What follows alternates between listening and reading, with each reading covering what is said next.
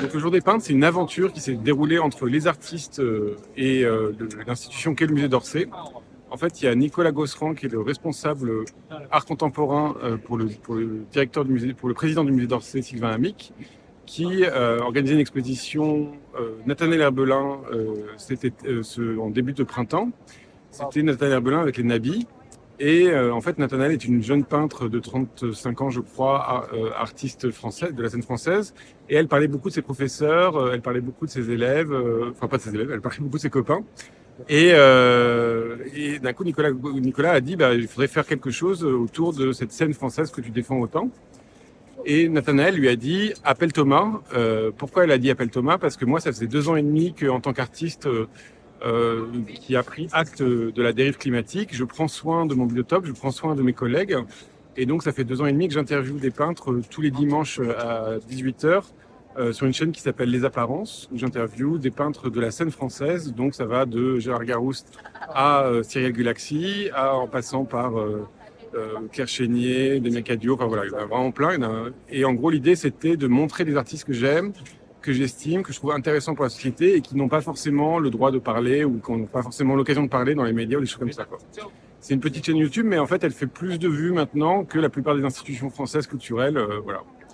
Et donc, quand Nicolas est venu me chercher pour pour faire cette exposition, c'était comme une espèce de frottement entre l'institution, ce qu'elle était capable d'offrir, qu'était le musée d'Orsay, parce qu'évidemment, elle a autre chose à faire normalement que le musée d'Orsay que s'intéresser au peintre contemporain. Et nous, les peintres de notre côté, c'est-à-dire que j'ai servi de courroie de transmission entre le musée d'Orsay et les artistes pour trouver un compromis comme ça pour arriver au jour des peintres le 19 septembre prochain. Donc, qu'est-ce que ça sera le jour des peintres? Eh ben, c'est toute la nef du musée d'Orsay qui sera remplie de tableaux d'œuvres des peintres contemporains. Et tous les peintres sont engagés à être présents à côté de leur œuvre pendant toute la journée de 14h à 21h30. Donc, c'est une occasion unique de voir d'une part une scène qu'on ne voit pas beaucoup dans des musées, et d'autre part de pourquoi pas rencontrer les artistes, leur parler. Si on est timide, c'est pas grave. Il y a sur les cartels un petit QR code pour les ajouter sur Instagram. Et voilà. Et ceux qui sont pas à Paris ou qui peuvent pas se déplacer, il y a un site qui s'appelle lejourdespeintres.com. Et là, vous pouvez retrouver sur lejourdespeintres.com 100 heures d'interviews que j'ai fait avec tous ces artistes, donc 80. Voilà. Et donc, comment s'est fait la sélection pour l'exposition? Et ben justement, on est parti de ma sélection que j'avais faite dans les apparences d'interviews.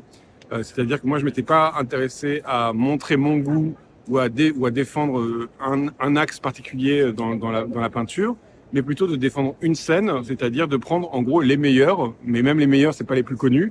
Voilà, donc ceux qui ont fait des fracs, ceux qui sont des prix Marcel Duchamp, ceux qui sont assez acceptés dans ce milieu, et de les mettre en avant comme ça, je trouve ça intéressant.